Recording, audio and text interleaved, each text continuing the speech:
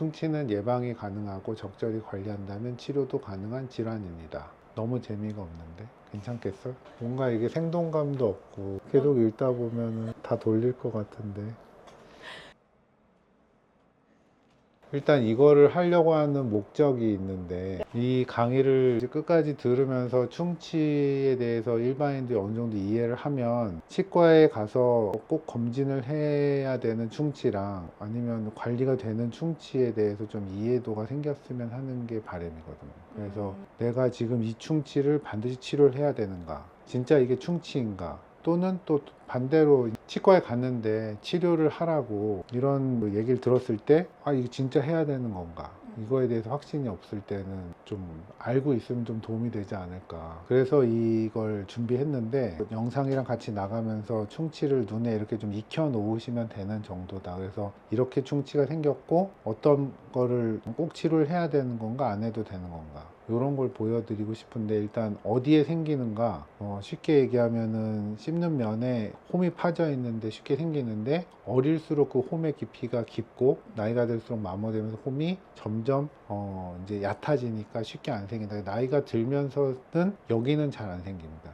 어릴수록 잘 생겨요. 그래서 유치 또는 영구치 성장기에 많이 생기는 편이고, 옆에면 충치는 음식물이 끼거나 할 때 생기지만 잘 생각해 보면 일반적으로 쉽게 생기는 부위는 아니란 말이죠. 이게 여기에 잘 생기는 분들의 특징은 역류성 식도염 같은 그런 위산이 넘어와서 잔류되는 경우에 그런데 충치가 잘 생길 수 있을 것 같아요. 그리고 이 뿌리 쪽 충치는 나이가 들면 침이 잘 안 나오잖아요. 그리고 잇몸이 내려가고, 그거랑 별개로 뿌리 쪽이 이렇게 쐐기 모양으로 깨져 있기도 한데, 그런 부분들이 취약한 부분들이 돼서 쉽게 충치가 생기고, 또 방사선 치료 받으시는 분들 이게 갑자기 침이 안 나와서 충치가 잘 생기기도 합니다. 그리고 좀 전에도 호주에서 치과 대학생인데, 이제 자기가 그 호주의 치과에 갔더니 약간 치아랑 치아 사이에 그 경계면에 조금 깨져 있거든요. 근데 이걸 지금 당장 인내를 안 하면 신경치료를 할 수 있다고 자기를 이렇게 겁을 준 거죠. 치료를 안 하면 더 커진다. 지금 당장 해야 된다. 치과 대학생한테. 근데 이 치과 대학생은 본인이 이걸 진짜 치료를 해야 되는지 나한테 또 한 번 더 확인하러 왔어. 실제로 내원을 한 적이에요? 오늘. 아 진짜요? 이 치과 대학생은 겁을 먹은 것 같아. 그 얘기를 듣고. 일반인도 아닌데. 네. 그래서 아, 이게 뭐지? 이런 생각이 들더라고요. 뭔가 그 본인이 그 상황에서 무슨 생각으로 왔는지 내가 바빠서 정확하게 못 물어보긴 했는데, 이걸 꼭 치료해야 되는지 이거에 대해서 일반인도 아니고 치과 대학생이 자신이 없는 거죠. 약간 진짜 확인받고 싶은 그런 느낌이었거든요. 그래서 진짜 본인이 이걸 반드시 치료를 해야 되는지에 대한 확신을 갖기에는 일반인들도 어려울 수 있다. 하지만 그래도 그 충치의 모양과 크기와 뭐 위치 이런 걸 볼 때 반드시 치료해야 될 충치랑 지켜봐야 될 충치, 이거를 구별할 수 있으면은 좋지 않을까. 이제 두 번째로는, 그러면은 얼마나 진행 정도가 어떤가, 이것도 되게 중요하잖아요. 뭐 빨리 진행돼서 지금 치료를 반드시 해야 되는 지금 활성화된 충치인가, 아니면은 멈춘 충치인가, 이것도 중요한데, 충치의 색깔도 중요하고, 그 다음에 충치가 이 구멍이 얼마나 큰지 증상도 중요할 수 있어요. 그래서 일단 두 번째는 진행 정도에 따른 분류인데, 첫 번째는 급성으로 진행되는 충치에 대해서 생각을 해보면 뭔가 이렇게 하나에만 생기지 않을 때가 많아요. 동시다발적으로. 그리고 또 굉장히 아플 수 있고, 그 다음에 신경에 빠르게 이제 노출될 수 있습니다. 그래서 좀 증상이 있거나 하는 경우에는 대부분 약간 만성보다는 급성일 가능성이 많고, 여러 개가 동시에 있을 수 있는데, 이런 경우는 아까 얘기했던 역류성 식도염 같은 그런 산부식 에 의한 충치 진행, 이런 거를 동시에 좀 의심해 볼 필요가 있습니다. 그래서 되게 어릴 때 많이 생기고요. 약간 고등학교 졸업해서 수능 보고들 많이 오세요. 잔뜩 와가지고. 제 느낌은 많이 공부하느라고 양치 안 했구나, 뭐 이런 생각이 들기도 하고, 아니면 야식을 너무 많이 먹어서 뭐 이런 느낌이 납니다. 그리고 만성 충치는 충치가 뭔가 이렇게 있지만 그 증상도 없고 이게 서서히 진행되는 이런 경우가 있거든요. 서서히 진행되면 특징이 뭐냐면 신경이 있고 그 신경을 겉에 있는 상아질이라고 했는 데가 점점점 이제 충치로 영역이 넓어지는 이 와중에 이 신경 안쪽에서는 또 보상층이 생겨서 점점점 이 신경 쪽이 좁아지면서 신경 안쪽으로 다시 상아질이 추가적으로 이렇게 쌓이게 됩니다. 그래서 보호층이 생기는데 이렇게 되는 경우에는 그 충치가 예전에 있던 신경 위치까지 도달을 해도 신경이 죽지 않고 살아있는 경우도 있고 시리거나 아픈 걸 잘 모르는 경우도 있고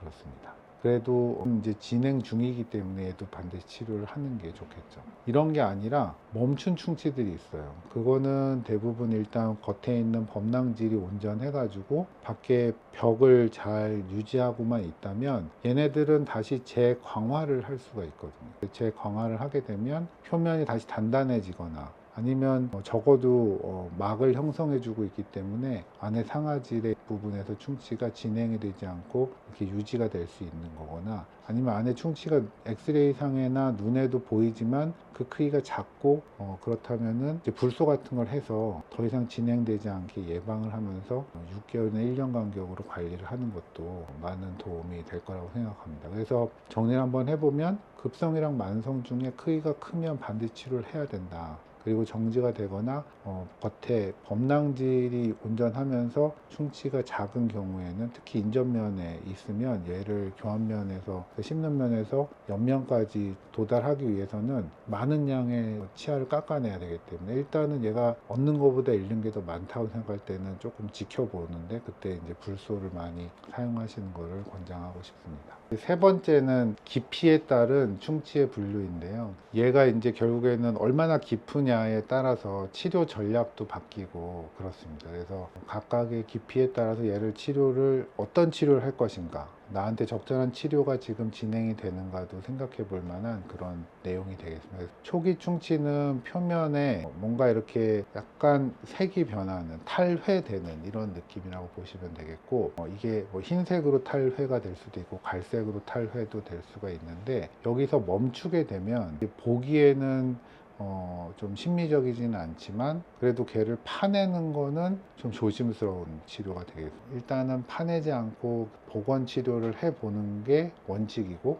그럼에도 불구하고 복원이 안 될 때는 심미적인 위치는 뭐 파낼 수는 있지만 일단은 복원 치료가 원칙인 초기 충치가 있다. 이건 흔하게 어디에 생기냐면 교정 치료하고 화이트 스팟이라고 하는 그런 흰색 반점 같은 게 치아에 남아있을 때 흔히 생기는 경우가 많이 있습니다. 그다음에 표재성 충치라고 하는데 얘는 이제 겉에 표면에 살짝 분화구처럼 패여 있는 겁니다. 그래서 범낭질에 한정돼서 파여 있는 경우고, 이런 경우에는 그러니까 쉽게 도달할 수 있는 부분은 레진 같은 걸로 살짝 메꾸시면 되겠습니다. 그 다음에 이제 중간 정도의 충치인데요. 중등도의 충치. 얘는 이제 아까 말씀드린 겉에 있는 범낭질을 뚫고 들어가는 충치가 되고, 이걸 딱 뚫고 들어갔을 때 상아질에서는 옆으로 쫙 퍼지게 되는 이런 모양을 갖는 게 일반적입니다. 그래서 상아질까지 침투를 하게 되면 중간 정도의 이제 충치라고 하는데, 여기서 더 깊어가지고 신경까지 가까이 가게 되면 이때는 깊은 충치라고 하고 치료 전략이 바뀌어요. 그래서 이 두 가지에 대해 설명을 드리면, 신경에서부터 상아질의 양이 한 1mm 이상 남아 있을 때는 다 제거를 하는 게 원칙이긴 해요.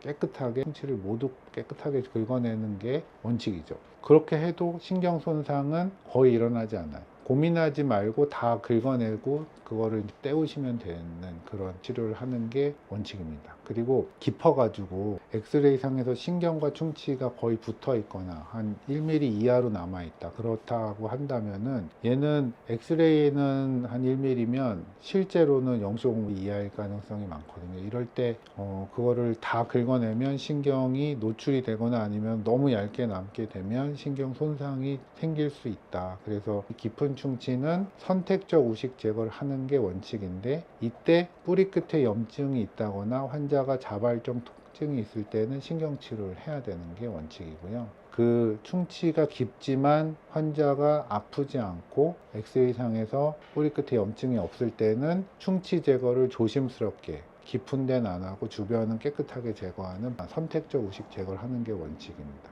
그래서 피할 수 있으면 피하는 게 원칙이고, 이제 많이 깊고 뚫리거나 아니면 이미 아프거나 뿌리 끝에 염증이 있거나 하면은 신경치료를 부분적으로 하는 치수 절단술이라는 치료를 보통 하게 됩니다. 굉장히 복잡한 얘기가 됐는데 요 얘기는 다음에 한 번 더 정리를 하도록 하고요. 그래서 충치의 깊이에 따라서 치료하는 방법이 다르다. 근데 대원칙은 예전에는 충치가 치료 대상이었어요. 치료를 충치는 무조건 없애야 되는 거. 그래서 그 충치를 다 제거하다가 뚫리면 할 수 없이 신경치료를 하는 게 원칙이었죠. 근데 지금은 치료의 목적이 뭐냐면 충치의 제거가 아니라 그 치아를 오래 쓰는 거거든요.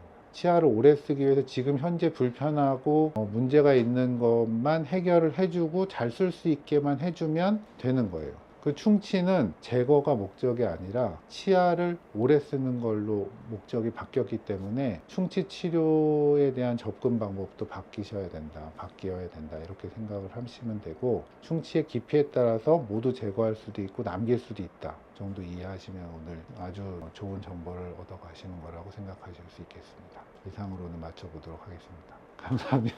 구독, 좋아요, 알림 설정 부탁드리겠습니다. 감사합니다.